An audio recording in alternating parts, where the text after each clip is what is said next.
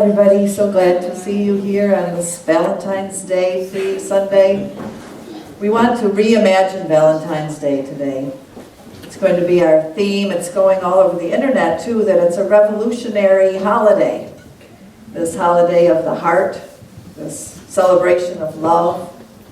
And we feel it in our hearts. We feel this strange sense of a rhythm that is beating in harmony with lots of other people all over the world, in the beating of holy love. So deep down inside, we know that there's a universal rhythm, and we've got to carve out some sacred space sometimes to hear it. So that's why we come to a place like this, to quiet down the noises of the news, which I'm sure we're all watching a lot lately, and let that all quiet down. And some people aren't watching it all, which is maybe a good thing too. And come into this sacred space where we can listen, deeply listen within to our heartbeats. And so in the very beginning here, I wanted to have us do the drumming and the heart beating rhythms that can come naturally. You don't have to do it in a heartbeat rhythm, but let's just do some drumming together and whatever rhythms come out of you. So are there drums that are distributed? Does everybody have one are there drums available back there, Martha? The people. They're all taken. They're all taken. Yay! Yay! There's another one. There's that one. Yeah.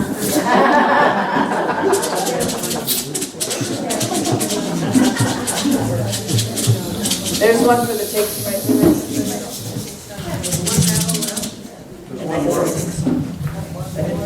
Yeah, so then we'll go into spirit chant. Right in, yeah. So yeah, I'm going to read you a short Rumi poem. Very short to set the tone here, and then let's just feel the rhythm moving through us. Okay, here's what Rumi has to say. Do you know what you are? Do you know what you are? You are a manuscript of a divine letter. And to me that sounded like a Valentine. Although Valentine's Day wasn't invented yet then, right? But he said, do you know what you are? You are a manuscript of a divine letter. You are a mirror reflecting a noble face. This universe is not outside of you. Look inside yourself. Everything that you want, you are already that.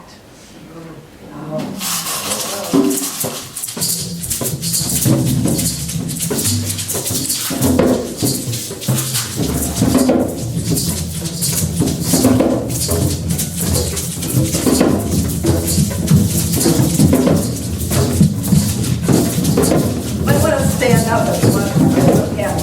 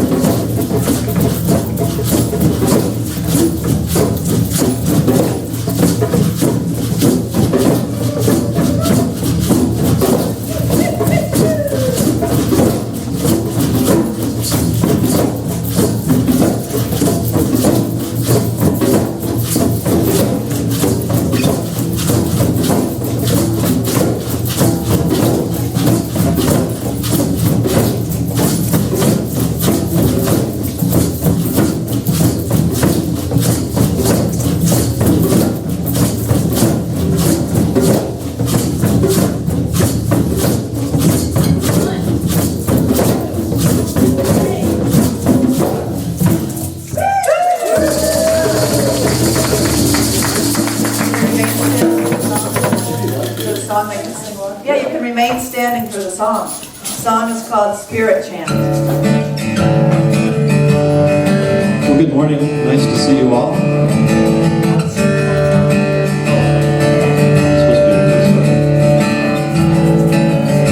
so this is Michael Mandrell. We met in Taos 17 years ago. The man is an incredible guitarist. Go to michaelmandrell.com. He brings his fusion of the world influences, as you can hear, into his music, and his soul and his heart shows up in his guitar and in his voice. I need not to say anymore.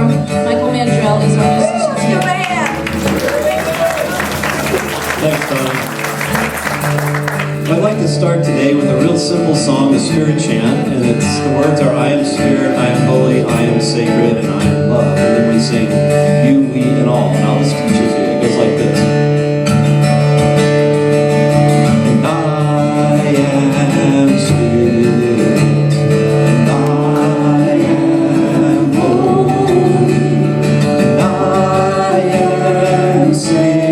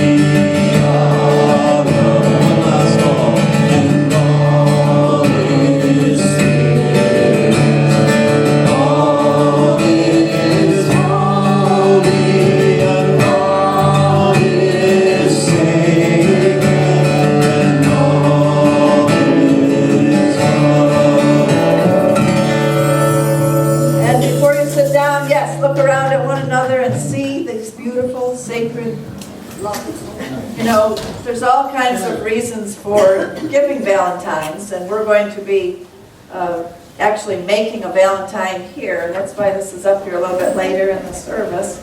But I heard a story about a high school kid who thought of a reason to give his teacher a Valentine. His teacher was known for being very fair, but a hard grader. So he received a B- on his big important final paper for the class, and he really had wanted to get an A. So it was during the Valentine season, and he made this extravagant heart-shaped box of chocolates with a pre-printed inscription on it that said, "Be mine." And he gave it to her the following day, and hoping that this Valentine would influence his grade on the paper. So the teacher wrote him a nice little note back, and it said, "Thank you, but it's still be mine us." I just thought that was cute. Oh. So the language of love. That's what we're trying to find words to speak on Valentine's Day. And there's a beautiful litany that I found that has, I'll read a longer part, and then you will say after me, we speak the language of love. So just say that over and over after I read the sentence before it. It's just a way of affirming that that is what we're trying to do. We are trying to find, to the best of our ability, how to speak the language of love. So it says, we arrive from many different experiences and backgrounds. Some of us have trouble speaking. Others are so young that they're learning how to talk. Some of us speak English as a second language, and others of us speak several foreign languages. And all of us share this in common. We speak the language of love. In the moments before our service began, and again when we return out to the world in service of life, we try to greet one another with kind words. We chat about the days behind us and the days to come. And we speak the language of love. We lift our voices in song while we're here. Maybe we're not perfectly in tune, but to hear and feel our voices, all of our voices, from a life-giving sound, because we speak the language of love. We form this web of compassionate listening to each other, embodying vulnerability. Sometimes we name the fears that grip our hearts and the joys that buoy up our spirits, because we speak the language of love. Sometimes our voices clash. Maybe we disagree. Tension enters our voices, and we make room for different beliefs and different opinions and different perspectives, because through it all, it's our intention that we speak the language of love. In this gathering, we do welcome a multiplicity of truths and invite them to be named out loud. We call it omni-faith here. We prophesy sometimes, summoning in the age when justice and peace will be evident all around us, because we think it's so important to speak the language of love. So let's join our hearts together, even a little bit more deeply, making room for one another. More room than even the people are in this room, making room for other hearts, tender hearts, hungry spirits, and curious minds, so that with our actions and with our words, we'll be saying all the time, we speak the language of love. It's such a commitment that we have to make nowadays, isn't it? Thank you. Thank you for saying that. And speaking of the language of love, I thought we'd have read today. We don't often read out of the Christian sacred texts, but you know, on a day when it's all about love, this is such a familiar one. And I asked Anya to read it. She said, oh, thank you for asking me to read this, because Heather's saying it at Paul, her husband's funeral. And he never studied the Bible much or knew these verses, but he lived it. And that can maybe be said I think it can be said for a lot of you here too. So thank you for listening to 1 Corinthians 13.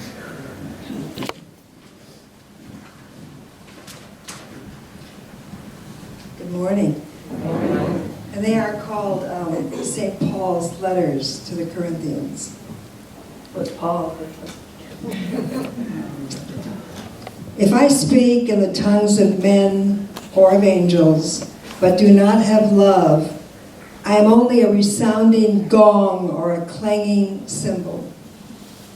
If I have the gift of prophecy and can fathom all mysteries and all knowledge, and if I have a faith that can move mountains, but do not have love, I am nothing.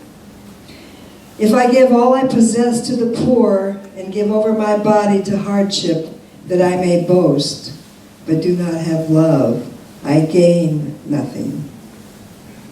Love is patient. Love is kind. It does not envy. It does not boast. It is not proud. It does not dishonor others. It is not self-seeking. It is not easily angered. It keeps no record of wrongs. Love does not delight in evil, but rejoices with the truth. It always protects, always trusts, always hopes, always perseveres. Love never fails, but where there are prophecies, they will cease. Where there are tongues, they will be stilled. Where there is knowledge, it will pass away. For we know in part, and we prophesy in part. But when completeness comes, what is in part disappears. When I was a child, I talked like a child. I thought like a child. I reasoned like a child. When I became a man, I put the ways of childhood behind me. For now we see only a reflection, as in a mirror. Then we shall see face to face. Now I know in part, then I shall know fully, even as I am fully known. And now these three remain: faith, hope, and love. But the greatest of these is love. The greatest of these is love. Beautifully, beautifully read on. Thank you. So you can hear in that beautiful piece of heartfelt writing that was done so long ago that we humans have been longing for a time when we see face to face, and when all of the separations amongst us, the separation myths, will fall away. And thank you, Cindy, for giving me this quote this morning from Ramana Maharishi. It says, "When heart speaks to heart, what need is there for words?" When heart speaks to heart, what need is there for words? So perhaps we're really moving into a time like that in this world, when truly all over the planet, heart is speaking to heart. And in whatever languages it's spoken, it doesn't matter. We're feeling the love. We're feeling what love really is.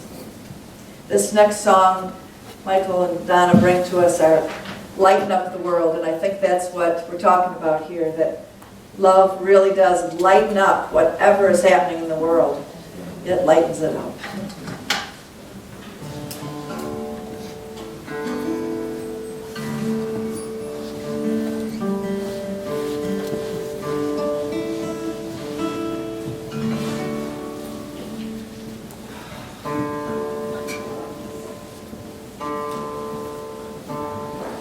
Well, this is a song by a wonderful singer-songwriter named Nadine Risha. I just learned this song recently. We did it at another church a while back, and for the life of me, I don't know what I'm doing trying to cover a song by Nadine Risha. She is such an amazing vocalist and singer-songwriter, but I'm going to do it anyway. So Nadine, forgive me. But I wanted to sing it because I love the message. It's of courage and love, freedom. It's called Lighten Up the World.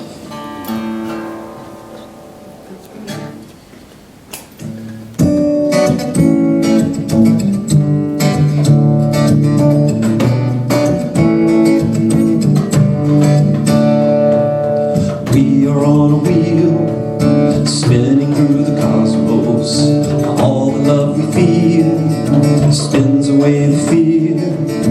Walking up a ladder, emanating power. Holy Pachamama, guide us on our way.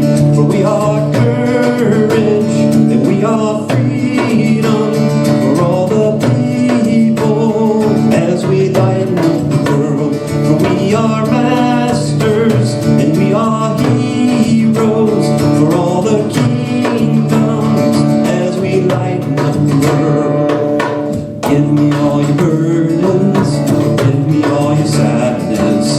You'll be filled with laughter only when you say that you are holy water, you are highly favored, blessing all the mountains, valleys and the plains.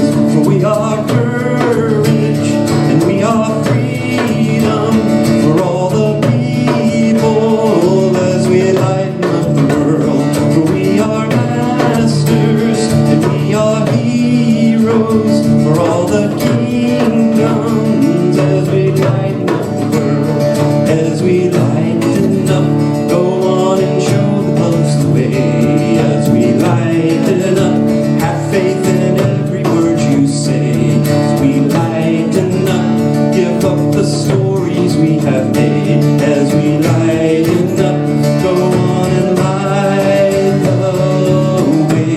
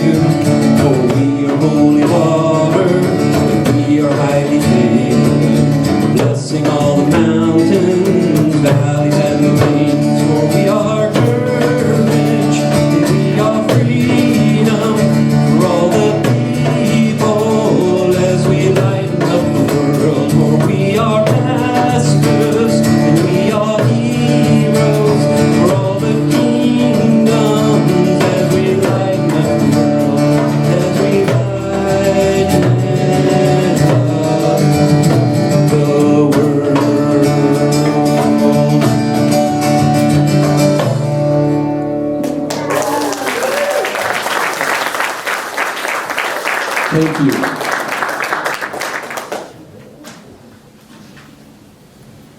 Beautiful. Lightening up the world, it's real. We can do it. It happens every day when we speak words of love and do acts of love. So Valentine's Day is a good day to remind ourselves that we can lighten up the load of the world. And there's a poem called Overcoming that Nisha has agreed to come and read for us, which is always a treat. And it is by that wonderful duo called Climbing Poetry. Oftentimes when Nisha reads their poems, they always think that Nisha wrote it because in some way it seems to fit so well with her and her words. But it's by Climbing Poetry, and Nisha, come, thank you for doing it for us. The poem is called Overcoming.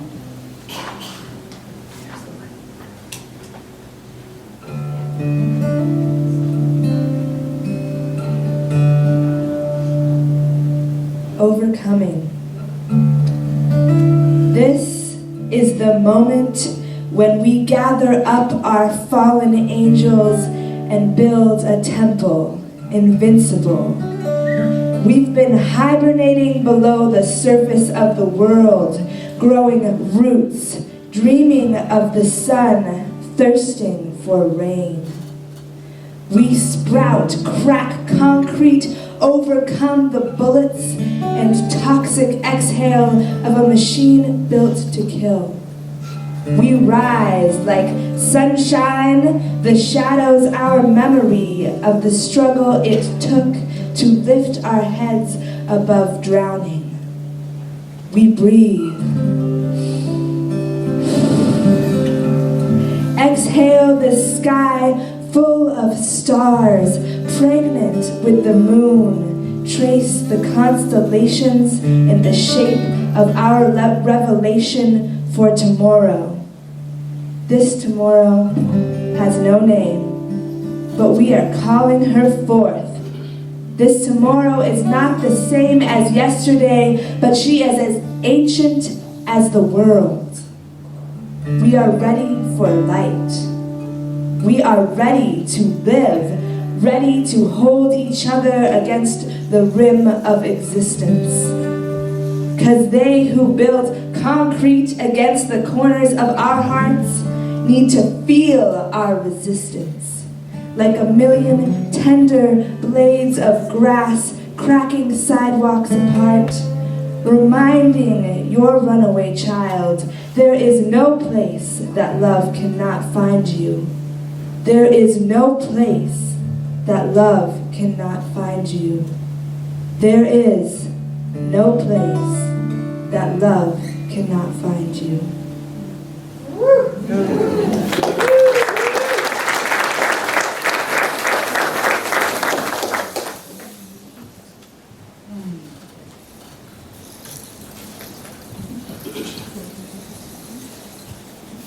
Well, that could be the sermon right there, couldn't it?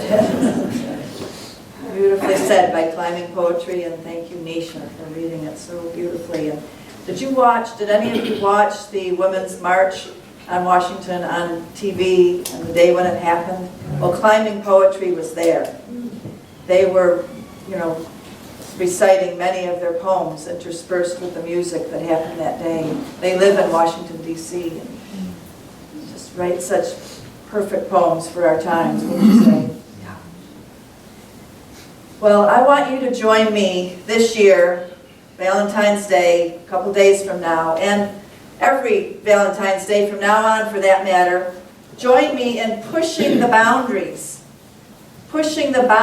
to include a broad and life-sustaining definition of the kind of love that we're celebrating here on Valentine's Day. Because when we hear, like in 1 Corinthians 13, the authors of the Christian vision, they're talking about agape. It's a kind of love that was broadly felt amongst their community, a revolutionary community in their times. So agape is quite different from the romantic love often envisioned by our own English language's word of love. Valentine's Day Reimagined is simply about the power of love to stop oppression. Isn't Isn't that a nice definition? Valentine's Day reimagined, the power of love to stop oppression. Valentine's Day could be, some might even say should be, about justice more than about romance. Valentine's Day could be about the kind of love represented in the word agape, as opposed to the phrase romantic love. Why should we or anyone feel left out because they don't have a date or get chocolates from a single person on Valentine's Day? Really?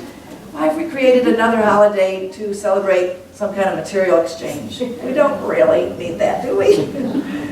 I'd prefer a world in which we find our true Valentine's meaning in doing works of advocacy on that day, whether it's writing computer letters to lawmakers or offering a meal to a stranger and inviting them over for dinner. There's lots of ways that we can make Valentine's Day gifts of love if we make a choice to stand on the side of love. Reimagining Valentine's Day. Do you like that idea? Yeah. Standing on the side of love. Have you heard that phrase before? It's a campaign that was started on Valentine's Day in 2012 by the Unitarians, and I hope that it inspires us all to re-examine who is really included when we discuss who our beloveds are. Who's really included? Or who's really included even when we would discuss who our beloved community is. It's true, romantic love is a treasured gift when we're able to find it. It's something that we should always treasure and celebrate. But I think there's a lot of ways that couples can, on whatever day they want to, celebrate their weddings or their proposal to each other. There's numerous opportunities to celebrate romantic love in our culture. But to celebrate this urgent need that we have to find a kind of love that will overcome oppression throughout our community and the world, I think that's a lot more pressing need, don't you? Don't you like that idea for Valentine's Day? The most radical teachings of every faith and every religious master, of course, have included love, and you know not one of them, though, was talking about romantic love. Except maybe Rumi, who was very ignited by a romantic love, which many people don't realize it was for a man, way back there in the 1200s. It was very radical. But most all faith traditions are talking not about romantic love when they talk about a spiritual love. They're talking about a radical kind of love that does cross boundaries, that calls on neighbors to help people that they wouldn't necessarily call neighbors, like the Good Samaritan, to reach out and love and help whoever we see as being oppressed. So this is not only the way to celebrate Valentine's Day, although I think it's a great idea to have an annual time to reaffirm our commitment to this, but we need to take these kind of radical actions every day now, to stand on the side of love in every way that we can find to, in every moment of our lives these days. So let's talk a little bit about love. It's a good and fair question, and one that deserves to be thoughtfully considered, to think into love as a word that we throw around a lot in our culture.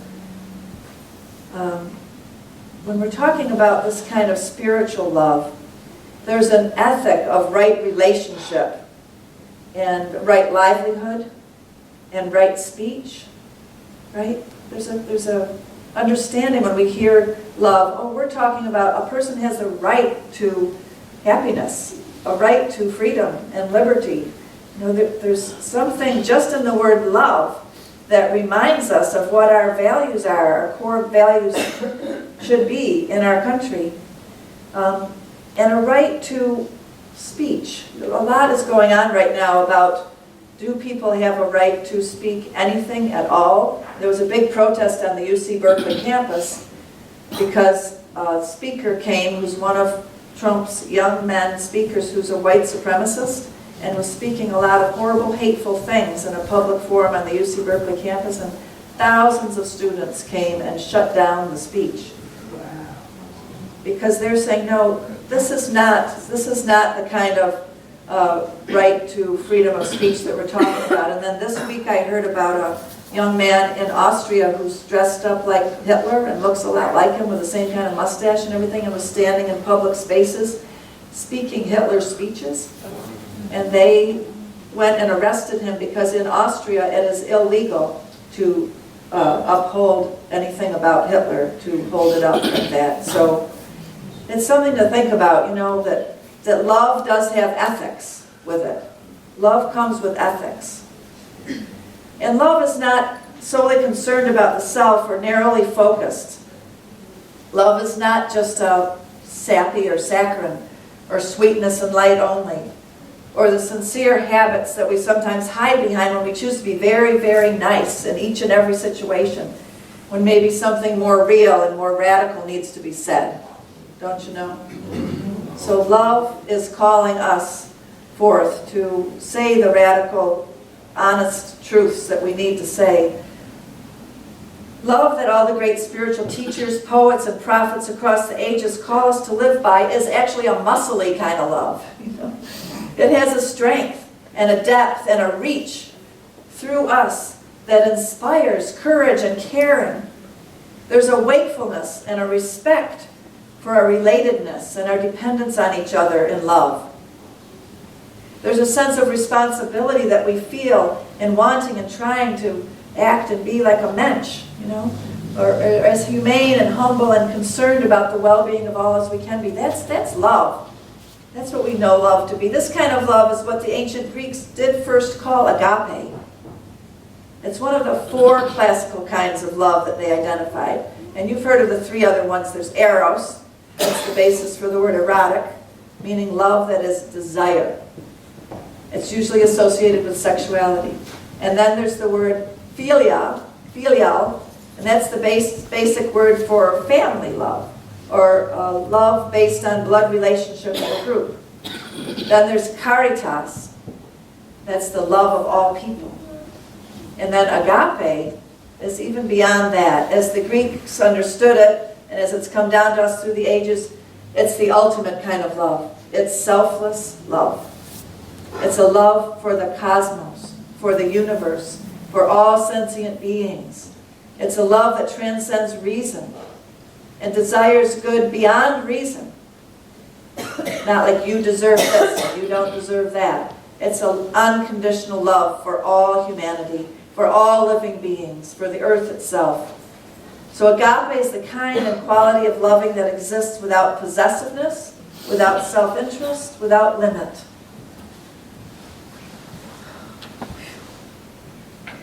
So the religious mystics, like the one who wrote 1 Corinthians 13, they've been telling us about this kind of union that I was just speaking about, this kind of union, right?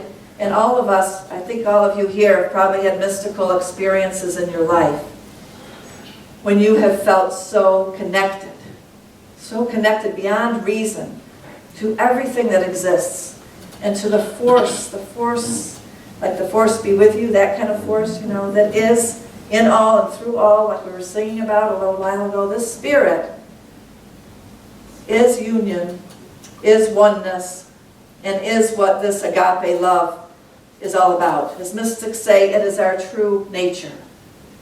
Buddhists speak of it as interbeing, connectedness of all that is, right? Native American tradition tells us that we are one with all our relations. So I'm just repeating what we know, but how deeply do we know it? It's time now.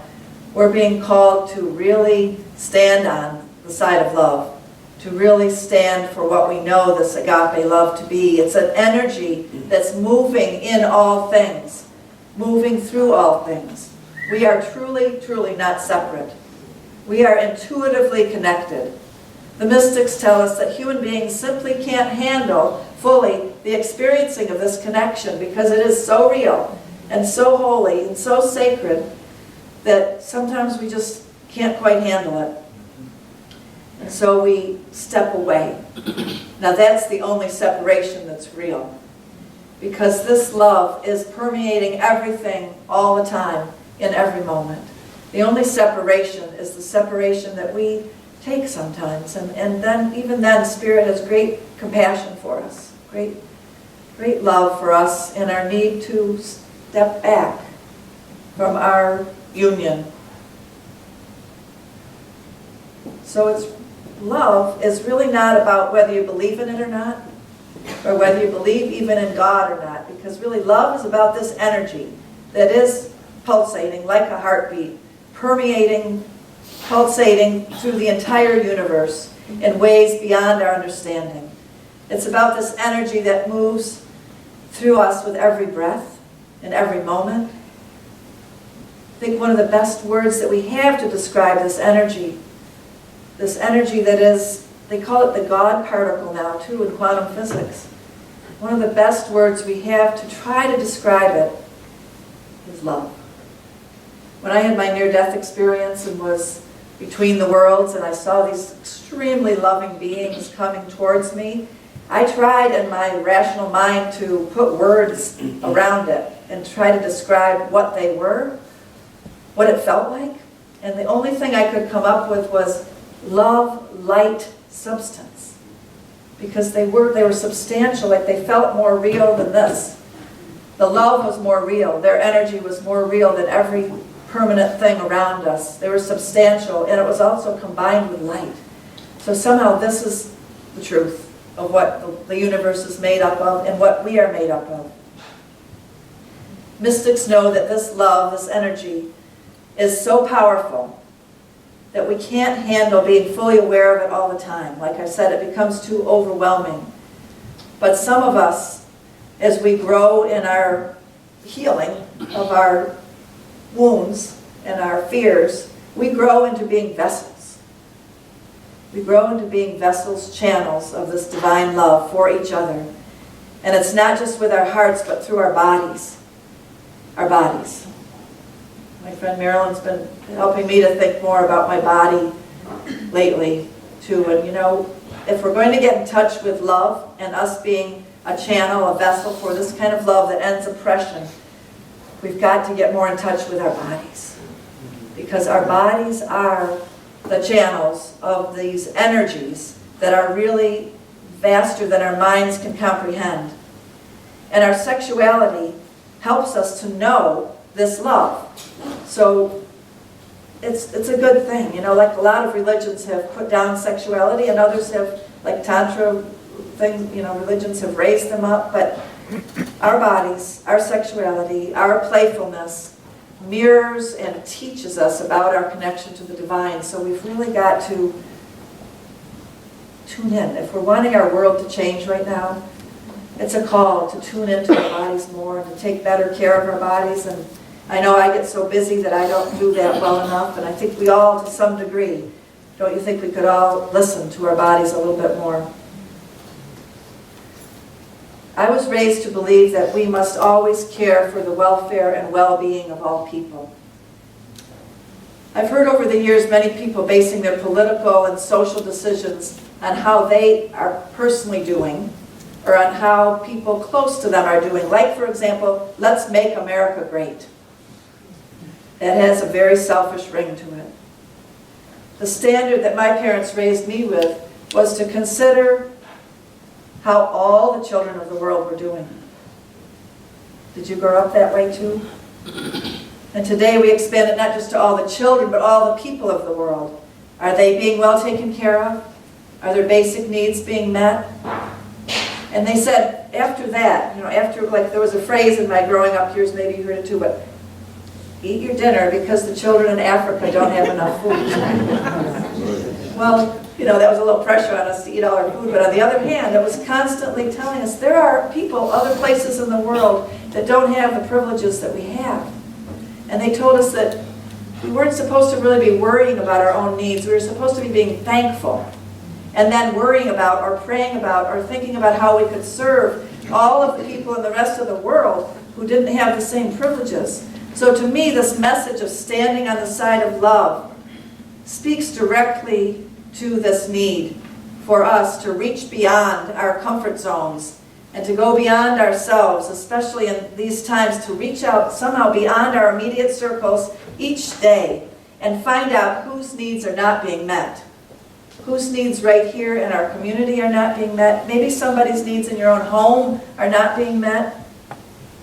But there are these connections that we need to make to stand on the side of love, a love that's pushing on the boundaries.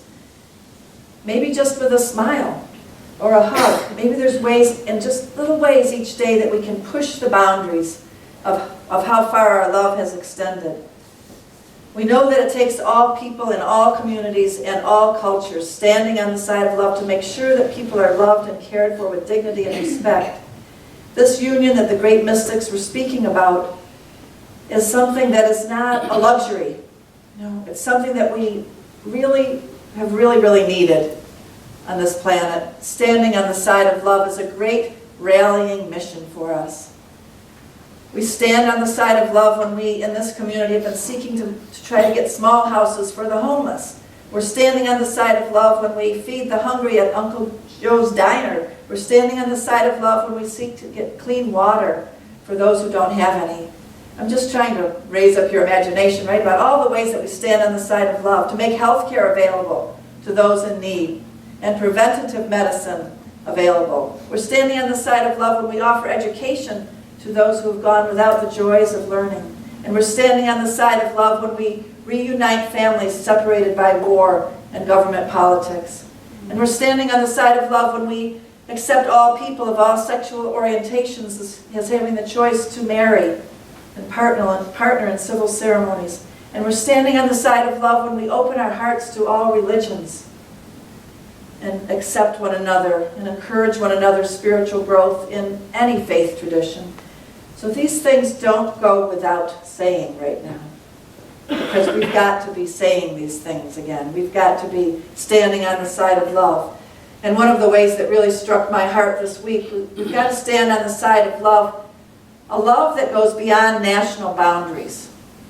Who created national boundaries? What? You know, who created that a family, a mother can be torn apart from her children and taken across a boundary because a government said so? I know there's a lot of complexity to it, but come on. We have got to go into another kind of love here.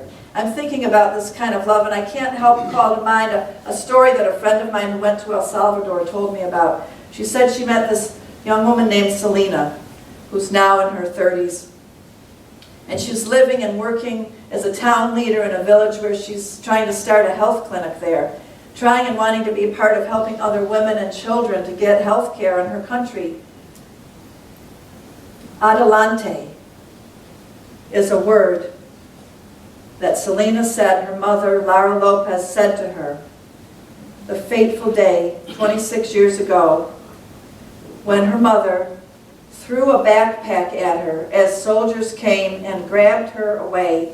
The backpack was full of supplies and medicine because her mother had been trying to get clinics started for the women and the children. And she threw the backpack at her 12-year-old daughter, Selena, and said, "Run for safety.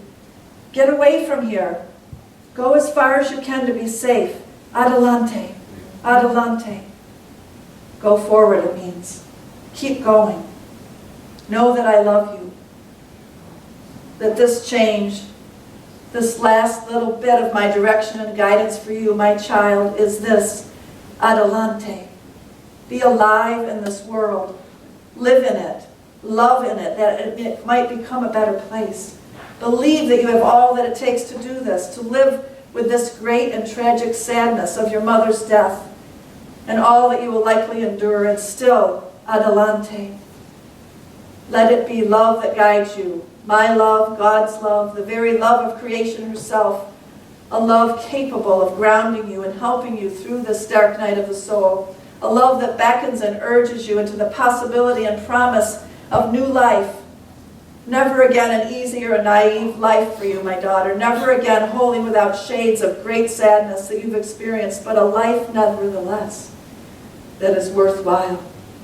A life that encourages you to dare and to believe again that not everything or everyone is bad. Whatever happens, writes the poet Wendell Berry, those who have learned to love one another have made their way to the lasting world. And they will not leave it, whatever happens. Lara Lopez's love for her daughter stops me in my tracks. It takes my breath away. Her daughter, Selena's love, the strength that she's found to work and live and continue striving to help others, to be a force for justice in spite of all that she has suffered. It's just awe-inspiring. Another story I heard this week like this was about Puerto Rican families who gathered this week in a church in Florida. And they were having a reunion of all that they could gather together who were related to anyone who was in the Orlando bar that night. And they were gathering, speaking the words of love. And there was one young woman who had been there because she was with her brother who was gay, and she wanted to go and have fun with him, and she got shot 9 times. And she's still alive. And she was there at this gathering, and she spoke only of love. She didn't speak of hatred. She didn't speak of revenge. She spoke of her brother's love and the love of all the people in that dance hall. And she spoke of the love in our world, to love beyond all the pain. And did you see the news this week of the mother being taken from her family in Phoenix, Arizona? That knock that came on that door is coming to neighbors right here in Southern Oregon. Did you know that? There's an increased effort on immigration officials now to collect people. It is happening. And you know what? It's not a matter of politics, it's a matter of theology, I say.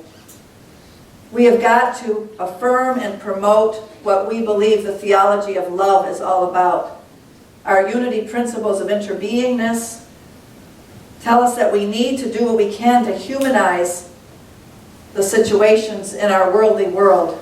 So we've got to come to understand who our neighbors are and to see them not as strangers but as our neighbors, worthy of hospitality. The city of Ashland has declared itself a sanctuary city, as has San Francisco, Seattle, many cities around the country, and we are going to live into what this means to be a sanctuary city.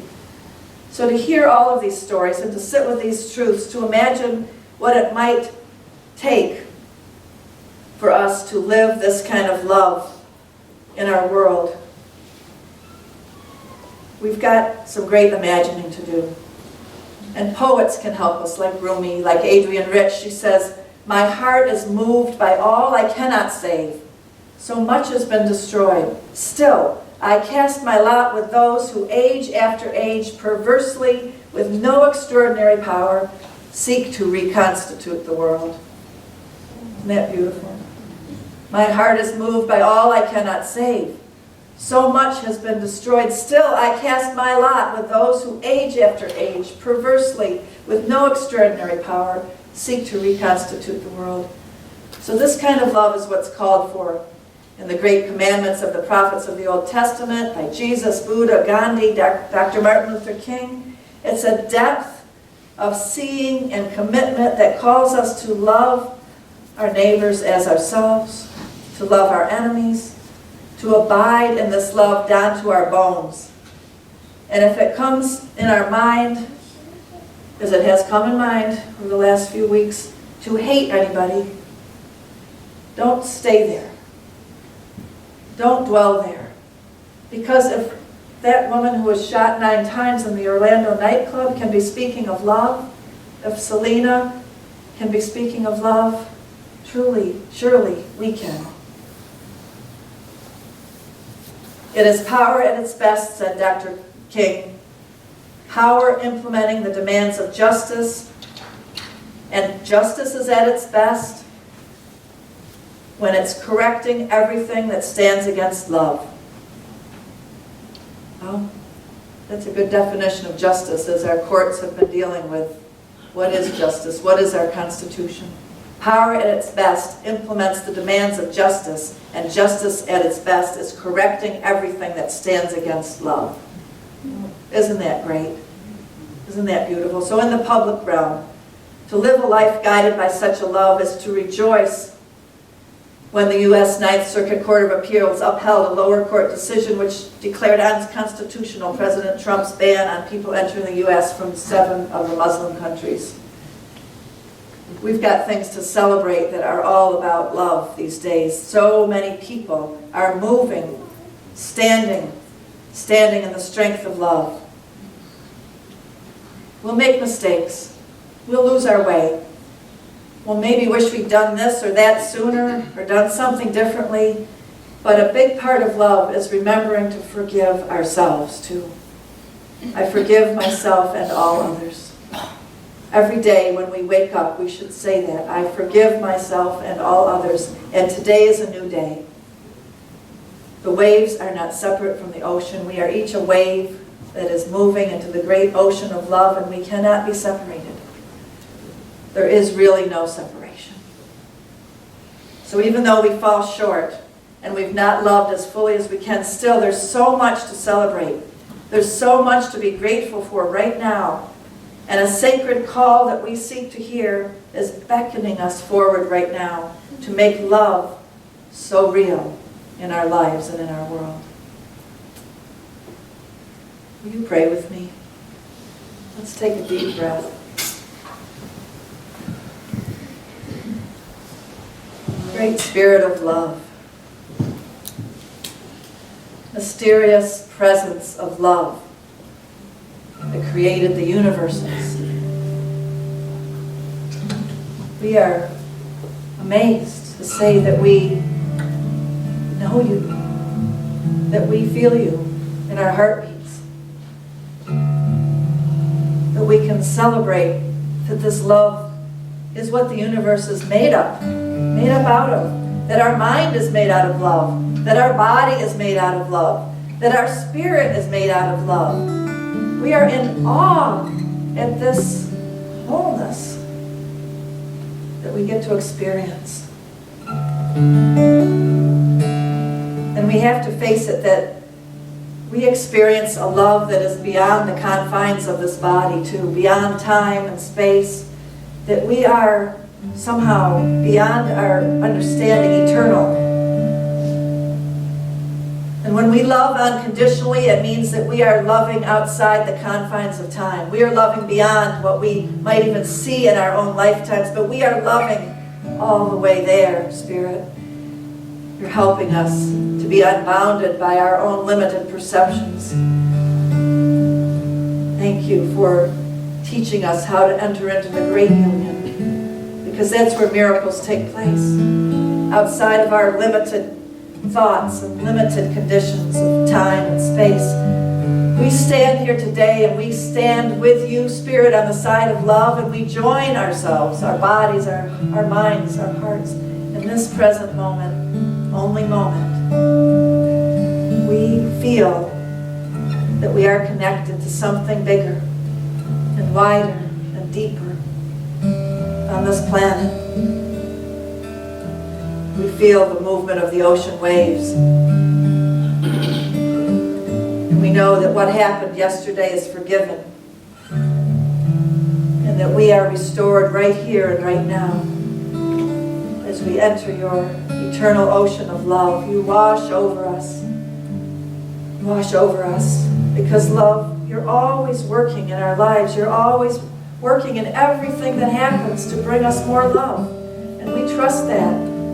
We trust that in everything that's happening in our personal lives and our nation's life, it's happening to bring us more love.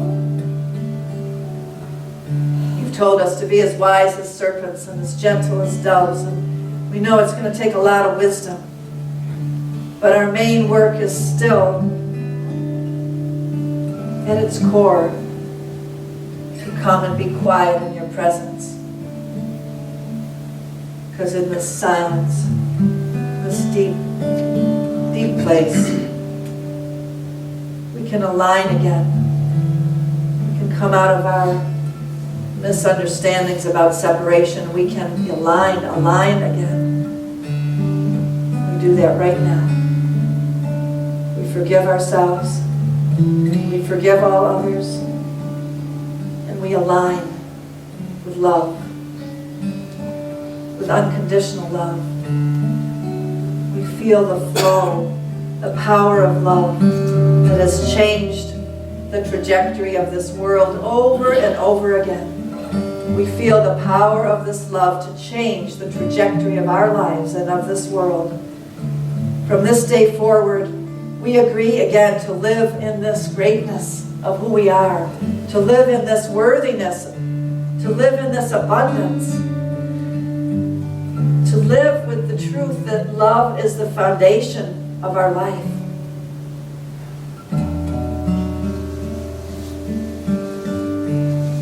I pray that we may know this love as agape, that we may come to experience it today, on Valentine's Day, and always. May the spirit of love live and breathe inside of you. That part of you that's deeply rooted at the center within. May the spirit of life take you over and over again to the center of the universe within your own heart. And may you nurture your heart, your body, and your mind so that you can feel it. You can feel the love at any particular moment. You can tune into it and know that you are love, that you are joy, that you are compassion, the great compassion that will change the trajectory of this world. So it is with much joy and appreciation of you that I release this prayer now. Say, and so it is. So it is. So it will be.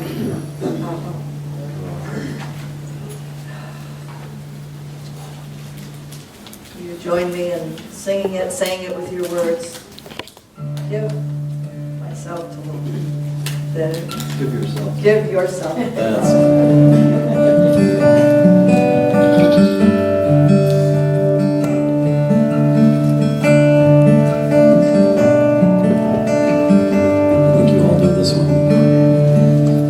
friends all gathered round. There's something I would say. What brings us together has blessed us all today. Love has made a circle that holds us all inside. Strangers are like family, and loneliness can't hide. And you must give yourself to love. Love is what you're after. Open up your heart to tears and laughter, and give yourself to love. Give yourself to love. I walk these mountains in the rain. I've learned to love the wind. Up before the sunrise to watch the day begin. I always knew I'd find you, though I never did know how. But life's sunshine on a cloudy day, you stand before me now, and you must give yourself to love. Love is what you're after. Open up your heart to love, tears and laughter, and give yourself to love. Give yourself to love. You're going to get a chance to sing that chorus a few more times because we're going to do this little ritual right now that's making a giant Valentine's card. We stand on the side of love in many ways. We live out our unity values through acts of caring and service, both large and small. In our families, in our friendships, in this congregation, in our schools and workplaces and neighborhoods, across our country and all over the world, our acts of caring and service make the spirit of love visible and tangible. So when you entered the sanctuary today, well, you didn't receive them then, but you just received them just now. We were going to put them on all the chairs, but these little sticky notes,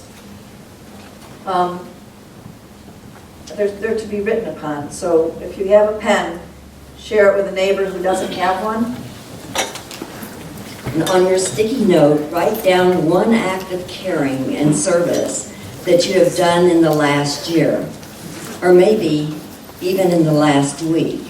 If it is easier for you, draw a picture of how you care and serve. We'll name some ways to make love tangible in case you need ideas. So while you're thinking about what's the way that you have done an act of love, I'm just going to give you a few ideas. Have you done something helpful for a friend in need? Have you sent a thoughtful card? Did you give someone a ride? Or bring food to a neighbor in their time of grief? Did you hold someone in prayer or meditation? Did you take notes for a classmate who was sick? If you have been kind to animals, that is an act of caring and service. When we offer birdseed in the winter, care for our gardens without pesticides in the summer, walk our dogs, play with our cats, volunteer at the animal shelter, clean up after our pets, plant flowers for bees and butterflies, we are creating a Valentine of caring. If you've offered public witness for a more just, equitable, fair world, that's a Valentine. If you've increased access, if you've helped people register to vote, or written your legislators, or spoken up for equality, or learned about racial injustice, or sponsored and protected refugees, those are all Valentines of caring. If you have volunteered to make someone's life or this world a better place, that is an act of caring and service. When we increase access to food and clean water, work in a community garden, help out in a soup kitchen, visit friends in prison, collect blankets, knit hats, plant trees, help a neighbor learn a new language, or volunteer for the church, we are creating a Valentine of caring. So there's so many ways of showing love. These are just a litany of things that we wanted to remind you that you've done. And so we want you to write down something on this sticky note. And as the music now goes forward and we sing Give Yourself to Love again, we want you to come forward and place your sticky note on this big heart up in front. And you can, if you don't want to walk up yourself, you can pass it down the row and give it to your neighbor to carry up. But bring up all the sticky notes and let's put them here on Beautiful Valentine of Caring as we sing the song again. Love is born in fire, it's planted like a seed. Love can't give you everything, but it gives you what you need. Love comes when you're ready, love comes when you're afraid. It'll be your greatest teacher, the best friend you have made. You must give yourself to love.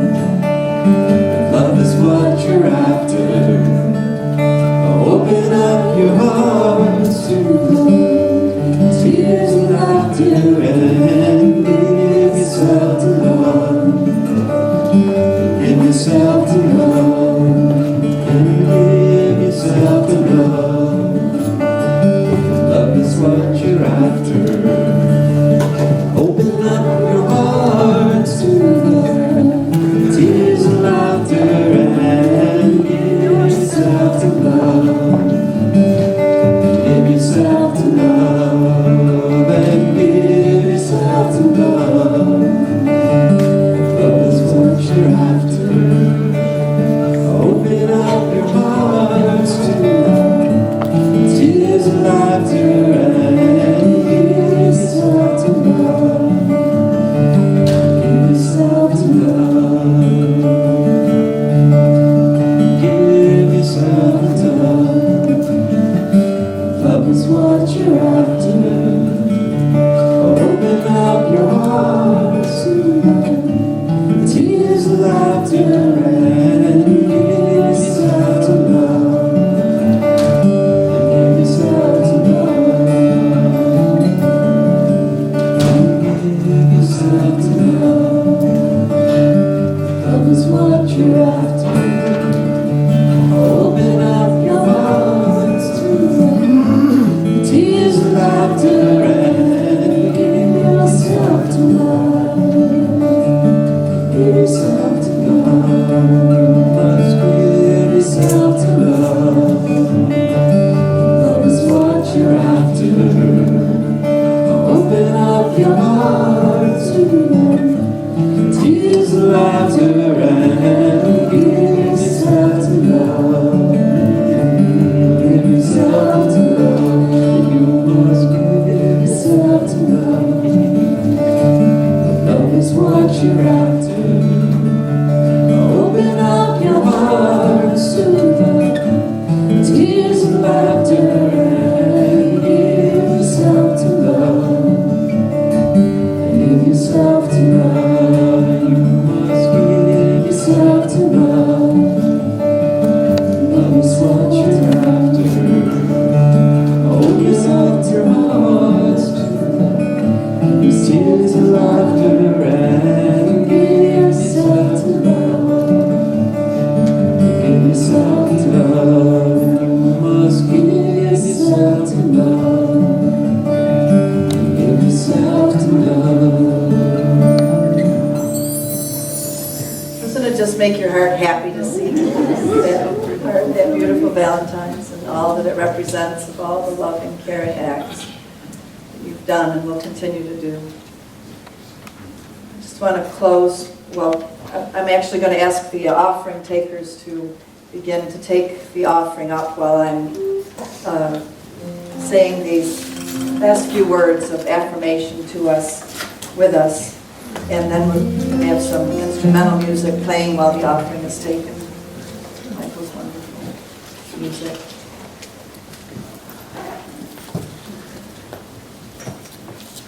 I'm going to say them as I, and then I'd like you, if you feel like it, to repeat after me, just as a way of taking your words of your mouth and committing yourself to these thoughts, these actions. I have the courage and the capacity to keep loving no matter what. I have the courage and the capacity to keep loving no matter what. Feel that? I choose the agape oneness love as my way of being.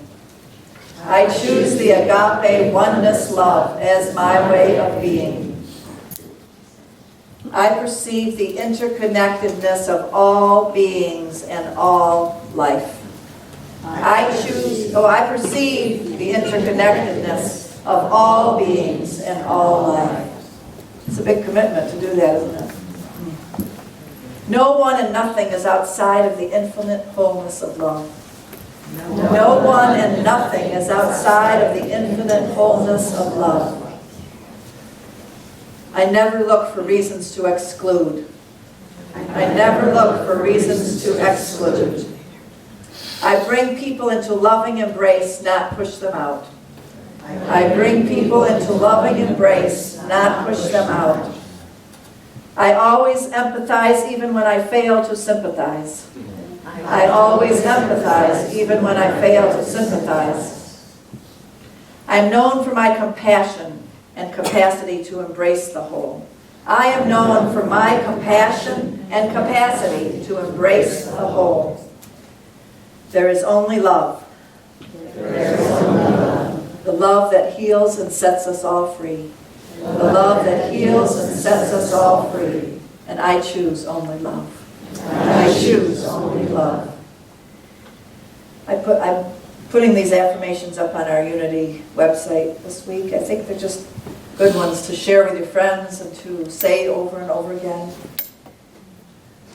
There is a commitment taking place in our hearts to reimagine Valentine's Day. And you know how to do it because you've already been doing it. So we're going to take this beautiful heart and put it in the back at the end so that you can all read and be encouraged by all the ways that you've been being this kind of a Valentine already. Thank you. Let's rub our hands together and bless our offering.